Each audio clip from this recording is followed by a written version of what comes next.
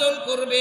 যদি কারো আমলনামার নেকের পাল্লা ভারী হয়ে যায় তার জন্য বড়ই সুসংবাদ, তার জন্যই বড়ই মুবারকবাদ, তার জন্য ফেরেশতারা ইস্তেকবাল জানাবে, জান্নাতের সুসংবাদ পাবে। কিন্তু যার আমলনামাটা গুনাহের পাল্লাটা ভারী হবে, নেকের পাল্লাটা হালকা হয়ে যাবে, তার জন্য জাহান্নামের অর্ডার আসবে, তাকে ফেরেশতারা টেনে হেঁচড়ে জাহান্নামে দিয়ে যাবে। 4 নম্বর প্রশ্ন, আল্লাহর বান্দি রাবিয়া বসরি 4 নম্বর প্রশ্ন করেন, ও জগৎ বিখ্যাত আল্লাহর বান্দা, আমার 4 নম্বর প্রশ্নের উত্তর দিন। কিয়ামতের ময়দানে আল্লাহ তাআলা চুলের চাইতে চিকন তরবারির চাইতে ধারণ একটা ফুলসিরাত নামক ব্রিজ পার হয়ে যেতে বলবেন। যারা ঈমানদার আল্লাহ তাআলার আশিকিন জাকিরিন বান্দা, তারা ওই ফুলসিরাত বিদ্যুতের গতিতে বিজলির ন্যায় পার হয়ে যাবে। যারা গুনাহ করবে, আল্লাহ তাআলার নাফরমানি করবে, আল্লাহ তাআলার কোরআনের অনুযায়ী জীবন যাপন করবে না, আল্লাহ তাআলার বিধান যথাযথ আমল করবে না, তারা ওই ফুলসিরাত নামক ব্রিজকেও পার হতে পারবে না। টুকরা টুকরা হয়ে কেটে কেটে নিচে জাহান্নামের ভিতরে পড়ে যাবে। ও আল্লাহর বান্দা, আমার 4 নম্বর প্রশ্ন, আমি রাবিয়া ওই জাহান্নাম, আমি ওই রাবিয়া ওই ফুলসিরাত পার হয়ে আল্লাহর জান্নাতে যেতে পারবো, নাকি আমি ওই ফুলসিরাতের নিচে পড়ে জাহান্নামে হয়ে যাব? ও আসল কোটের যুবক ভাই, বিদ্যা বাবাজি, সকলকে অনুরোধ করে হাতে পায়ে ধরে বলি, আমারও একটা উদ্দেশ্য, আমারও একটা দিলের তামান্না, আমারও একটা চাওয়া, মানুষ যখন ইন্তেকাল হয়ে যায়, মানুষ যখন মারা যায়, মানুষ যখন মারা যায় তখন তার আমলের সমস্ত দরজা বন্ধ হয়ে যায়, কিন্তু সদকায়ে জারিয়া 3টা পথ, তার কিয়ামত পর্যন্ত তার আমলনামার সিলসিলায় 3টা পথ বাকি থাকে। সে যদি কোনো নেককার দিনদার সুসন্তান দুনিয়ার বুকে রেখে যায়, ওই সন্তান তেলাওয়াত করবে, সন্তান পিতামাতার জন্য দোয়া করবে, সে আমলনামা তার কবরে পেতে থাকবে। ঠিক তদ্রূপ যদি কোনো সদকায়ে জারিয়ার কোনো কাজ করে যায়, রাস্তার পাশে একটা টিবল গেড়ে দিয়ে গেল, মানুষ সারা জীবন সেখান থেকে পানি পান করলো, যে এর যার সওয়াব হয় তার আমলনামায় একটা অংশ যেতে থাকবে। এবং এমন ইলম শিক্ষা দান করলো, কিছু আল্লাহর বান্দাকে, কিছু মাসুম বাচ্চাকে কোরআনের তেলাওয়াত শিক্ষা দিল, সারা জীবন সে যত তেলাওয়াত করবে, আয়াতে কারিমা তেলাওয়াত করেছে, আল্লাহ রাব্বুল আলামিন বলেন, ইন্না আকরামাকুম ইনদাল্লাহি আতকাকুম। আল্লাহ রাব্বুল আলামিন এই আয়াতে একটা ফয়সালা দিচ্ছেন। আমরা দুনিয়ার জাগতিক দৃষ্টিতে দেখি কে কত বড় সম্মানী, কে কত বড় মর্যাদামান। আমরা দেখি একজন যদি এমপি মন্ত্রী হয়, আমরা মনে করি সে বেশি সম্মানী এবং মর্যাদাবান। পর্যায়ক্রমে যদি প্রাইম মিনিস্টার, প্রেসিডেন্ট হয়, যে একজন বড় পীর বুজুর্গ, সে মনে হয় সবচেয়ে বেশি সম্মানী এবং মর্যাদা। একজনের ফয়সালা আরেকজন মানে না, একজনের সিদ্ধান্ত আরেকজন মানে না। এর ফয়সালা দিবে কে?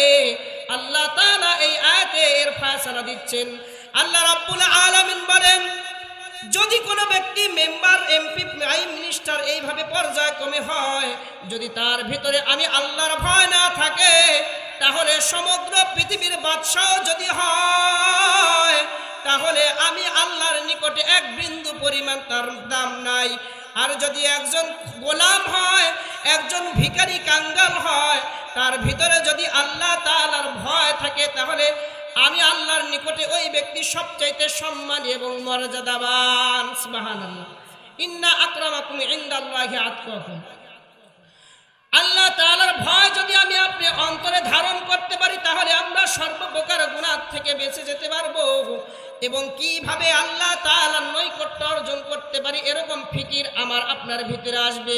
একটা উদাহরণ দিতেছি, একটা ঘটনা বলতেছি। আল্লাহর বান্দা হাসান বসরি, জগৎ বিখ্যাত আল্লাহ তাআলার ওলি, ওলিয়ে কামেল, সে জামানায় একজন আল্লাহর বান্দি ছিল, রাবিয়া বসরি। ও পদ্মার অন্তরালের মা, মনোযোগ করে দিলের কান দিয়ে শুনুন। আপনিও তো মা, শাহ আহমদ শফি সাহেব রহমাতুল্লাহি আলাইহির মা। ও মা, আপনিও তো একজন মা, আল্লামা জুনাইদ বাবুনগরী দামাত বারকাতুহুমের মা ও মা। ঠিক আল্লাহর বান্দি হাসান বসরি সে যাওয়ার সবচাইতে জগৎ বিখ্যাত ওলি ছিলেন। আল্লাহর বান্দি রাবিয়া বসরির স্বামী যৌবন বয়সে মারা যায়। যৌবন বয়সে স্বামী মারা যাওয়ার পরে হাসান বসরি তাকে বিবাহের প্রস্তাব দেয়। এই প্রস্তাবের প্রতি উত্তরে তিনি 4টা প্রশ্ন করেন। কয়টা প্রশ্ন? 4টা। আল্লাহর বান্দি রাবিয়া বসরি এমন একজন আবেদা সালেহা ব্যক্তি ছিলেন, তিনি এশার নামাজ আদায় করে স্বামী সাজগুজু করে এসে পরিপূর্ণ সুসজ্জিত অর্জন করে স্বামীর কাছে আসে, প্রস্তাব করে, ওগো পানের স্বামী, আমাকে আপনার কি কোনো প্রয়োজন আছে? যদি প্রয়োজন না থাকে তাহলে আমি একটু আল্লাহর ইবাদত করতে চাই। ঠিক এভাবে অনুমতি নিয়ে স্বামীর থেকে আল্লাহর বান্দি জায়নামাজের মুসল্লায় দাঁড়ায় যায়। এইভাবে জায়নামাজের মুসল্লায় এশার নামাজ পড়ে দাঁড়ায় যায়। আল্লাহর বান্দি জায়নামাজ থাকা অবস্থায় সে ফজরের আযান শুনতে পায়। সুবহানাল্লাহ। এমন একজন আল্লাহ তাআলার জবরদস্তি, আল্লাহ তাআলার একজন বান্দি যৌবন বয়সে স্বামী মারা যায়। হাসান বসরি তিনি তাকে বিবাহের জন্য প্রস্তাব প্রদান করলেন, তিনি তাকে বিবাহ করতে যায়। হাসান বসরি যখন তাকে বিবাহের প্রস্তাব দেয় তখন তিনি বলে, আমি 4টা প্রশ্ন করব। ও আল্লাহর বান্দা, আপনি যদি এই 4টা প্রশ্নের উত্তর দিতে পারেন তাহলে আমি বিবাহের জন্য প্রস্তুত আছি। যদি এই 4টা প্রশ্নের উত্তর না দিতে পারেন তাহলে আমি এই 4টা প্রশ্নের উত্তরের জন্য বড় ব্যাকুল বড় অস্থির। এবার হাসান বসরি উত্তর দেয় যে আপনার কি 4টা প্রশ্ন আছে আমাকে বলুন, আমি উত্তর দেওয়ার চেষ্টা করব। আল্লাহর বান্দি রাবিয়া বসরি 1 নম্বর প্রশ্ন করে, ও আল্লাহর বান্দা, আপনি আল্লাহ তাআলার একজন ওলি, আপনি আমার 1 নম্বর প্রশ্নের উত্তর দেন। আল্লাহ তাআলার হাবিব বলেন, আল কবরু রাউদাতুম মির রিয়াদিল জান্নাহ আও হুফরাতিম মিন হুফারিন নার। মৃত্যুর পরে কবর হচ্ছে সবচাইতে প্রথম ঘাঁটি। কবর কারো জন্য একটা জান্নাতের টুকরা, কবর কারো জন্য একটা জাহান্নামের গর্ত। ও আল্লাহর বান্দা, উত্তর দিন, আমি রাবিয়ার জন্য ওই কবরটা জান্নাতের টুকরা হবে নাকি আমি রাবিয়ার জন্য ওই কবরটা জাহান্নামের গর্ত হবে? আল্লাহর ওলি চুপ করে থাকলেন, কোনো উত্তর দিতে পারলেন না। এবার 2 নম্বর প্রশ্ন কি বলুন? 2 নম্বর প্রশ্ন রাবিয়া বসরি বলে, কিয়ামতের ময়দানে আল্লাহ তাআলা হাসরের ময়দানে কারো আমলনামা ডান হাতে দিবেন, কারো আমলনামা বাম হাতে দিবেন।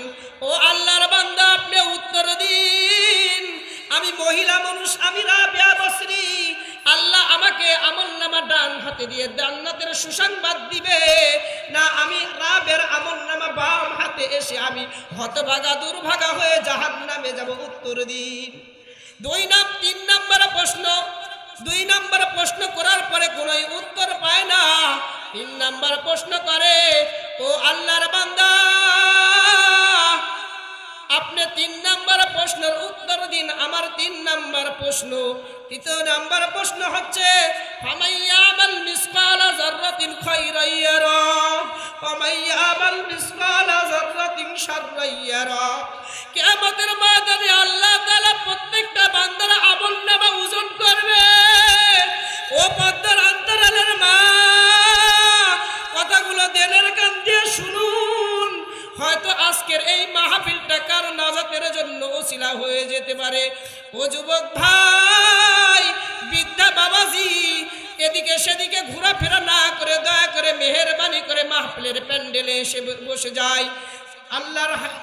তাহলে আল্লাহর বান্দি 3 নম্বর প্রশ্ন করতেছেন, ফামাইয়ামাল মিসকালা যাররাতিন খায়রান ইয়ারা ওয়ামাইয়ামাল মিসকালা যাররাতিন শাররান ইয়ারা।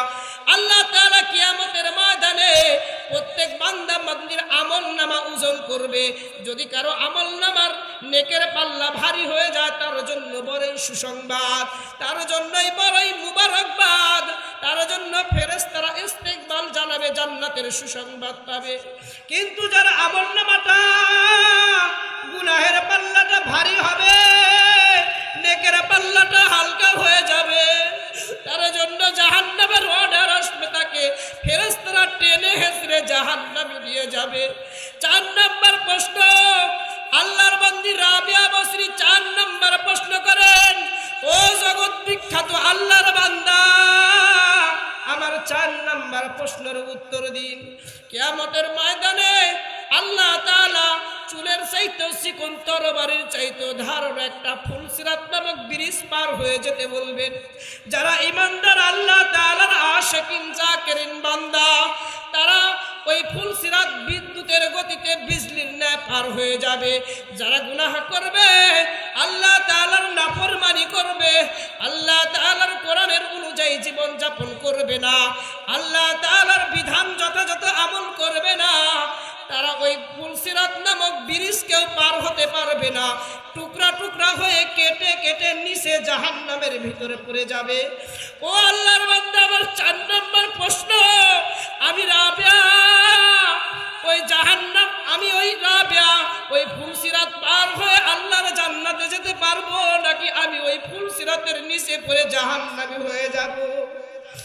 ও আসল কোটের যুবক ভাই, বিদ্যা বাবাজি, সকলকে অনুরোধ করে হাতে পায়ে ধরে বলি, আমারও একটা উদ্দেশ্য, আমারও একটা দিলের তামান্না, আমারও একটা চাওয়া, মানুষ যখন ইন্তেকাল হয়ে যায়, মানুষ যখন মারা যায়, তখন তার আমলের সমস্ত দরজা বন্ধ হয়ে যায়, কিন্তু সদকায়ে জারিয়া 3টা পথ, তার কিয়ামত পর্যন্ত তার আমলনামার সিলসিলায় 3টা পথ বাকি থাকে।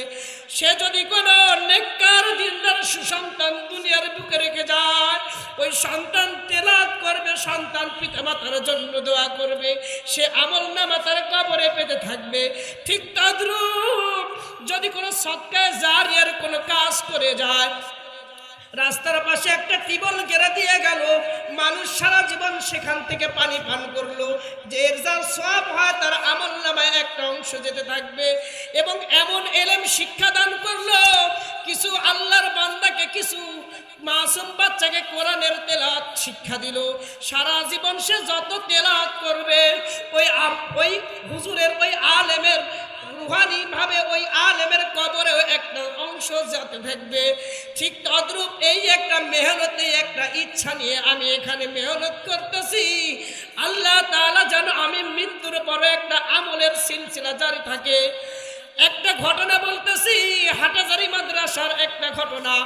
হাবিবুল্লাহ যিনি হাটাজারি মাদ্রাসার বাণী ছিলেন, হাটাজারি মাদ্রাসার বাণী হাবিবুল্লাহ, তিনি যখন মাদ্রাসা প্রতিষ্ঠা করার পর, মাদ্রাসা হওয়ার পর কিছুদিন পরে একটা ইহুদি, একটা বেদিন, একটা হিন্দু এসে প্রশ্ন করলো, হুজুর, আপনার মাদ্রাসা এখানে পড়াইতেছেন ভালো, ঠিক আছে, আপনি তালিম দিতেছেন ঠিক আছে, কিন্তু আপনার ছাত্ররা এসে আমার জমিনে পেশাব পায়খানা মলমূত্র ত্যাগ করে।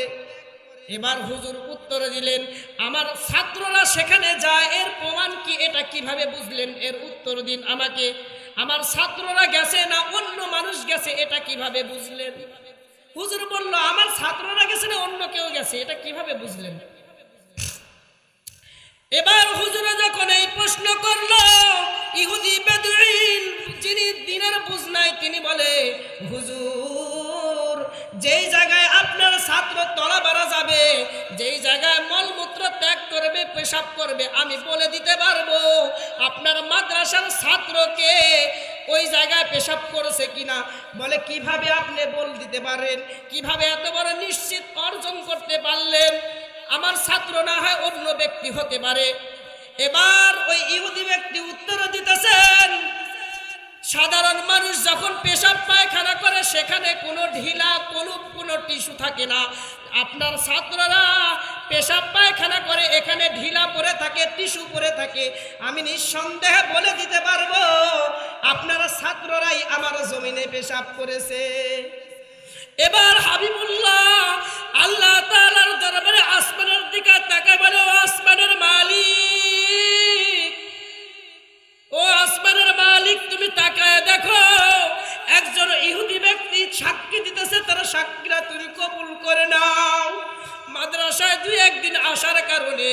মাদ্রাসায় কিছু পড়ার কারণে, দ্বীনের কিছু অজ্ঞান অর্জন হওয়ার কারণে সে এখন আর অপবিত্র থাকে না। কিভাবে সুন্নাত তরিকায় কিভাবে পুত পবিত্র অর্জন করতে হয়, কিভাবে ঢিলা কলম ব্যবহার করতে হয়, এটা শিক্ষা অর্জন করেছে। সুতরাং যদি দুনিয়ার বুকে কোনো আমল আমার কবুল না হয়, এই আমলের ওসিলা করে হলেও আমার জিন্দেগীর সমস্ত গুনাহ খাতাকে মাফ করে দাও। একটু জিকির করুন, লা ইলাহা ইল্লাল্লাহ, জোরে লা ইলাহা ইল্লাল্লাহ, লা ইলাহা ইল্লাল্লাহ, লা ইলাহা ইল্লাল্লাহ, লা ইলাহা ইল্লাল্লাহ, লা ইলাহা ইল্লাল্লাহু মুহাম্মাদুর রাসূলুল্লাহ। আরেকটা আল্লামা মনসুর দামাত বারকাতুহুম একটা ঘটনা আমাকে শুনিয়েছিলেন। আল্লামা মনসুর দামাত বারকাতুহুম একটা ঘটনার কথা বলেছিলেন। আল্লাহর একজন বান্দা, সে বিভিন্ন রকম গুনাহের কাজ করত।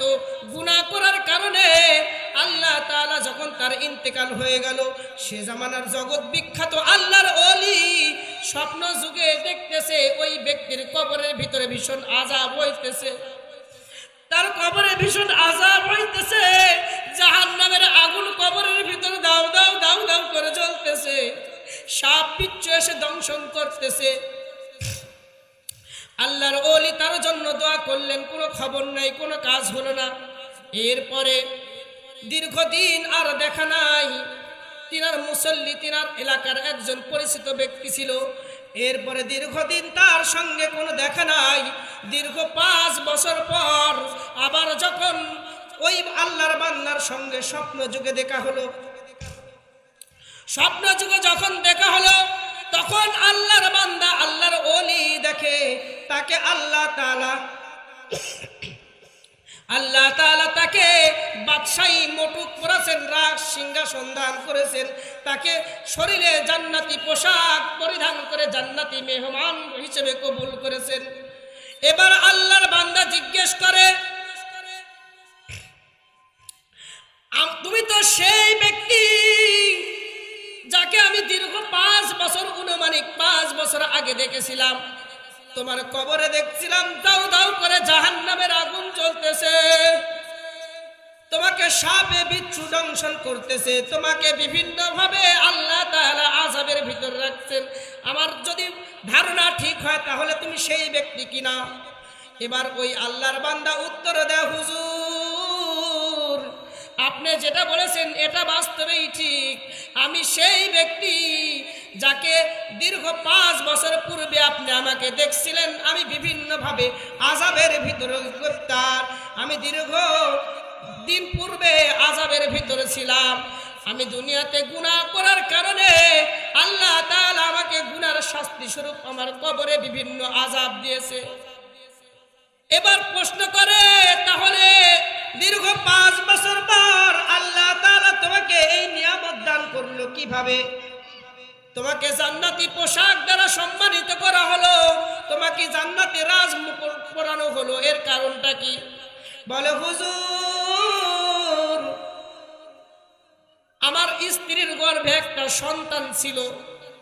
আমার স্ত্রীর গর্ভে যখন একটা সন্তান ছিল, তখন আমি নিয়ত করেছিলাম যে আল্লাহ তাআলা যদি এই সন্তান ভূমিষ্ঠ হয়, আমার বিবির সঙ্গে পরামর্শ করেছিলাম, বিবিকে ওসিয়ত করেছিলাম, ও পানের বিবি, আমাদের এই সন্তানটাকে কোরআনের শিক্ষায় শিক্ষিত করব, আল্লাহর কালামের শিক্ষা দান করব।